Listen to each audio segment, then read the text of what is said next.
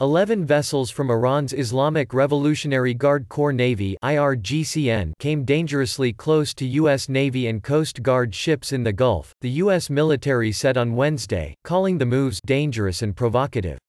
While such interactions had occurred occasionally a few years ago, they had largely stopped in recent months and years, and this incident comes at a time of increased tensions between the two countries.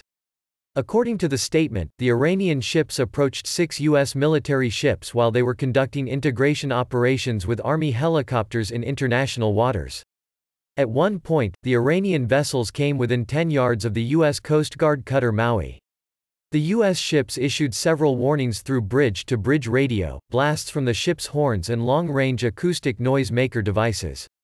The Iranian ships left after about an hour, the statement added.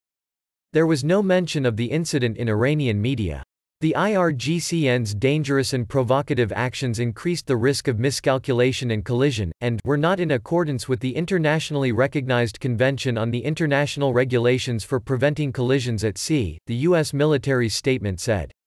The incident comes at a time of increased tensions between Iran and the United States. Earlier this year, the United States killed Qasem Soleimani, the head of Iran's elite Quds force, in a drone strike in Iraq. Iran retaliated on January 8 with a rocket attack on Iraq's Ain al-Assad base where U.S. forces were stationed.